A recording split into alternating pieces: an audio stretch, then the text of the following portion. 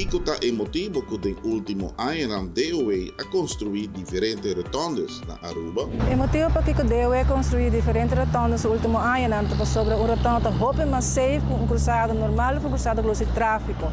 Essa é agora consertada também via suja na Holanda. Tem várias rotondas na Aruba, pero Kiko está é ponto importante de segurança que a maioria tem em comum.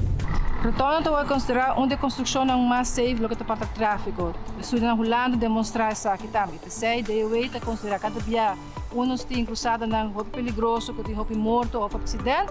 Nós evaluar se isso tem lugar para nós botar uma rotonda em área. Arriba Kiko DOE está tendo em conta que o agora está construindo uma rotonda na Palm Beach. Depois das diferentes avaliações na cruzada aqui na Palm Beach, DOE a decidir de reconstruir a cruzada aqui de rotonda. A rotonda aqui está igual que a que tem band Eagle Bowling, qual nós chamamos two strokes rotonda.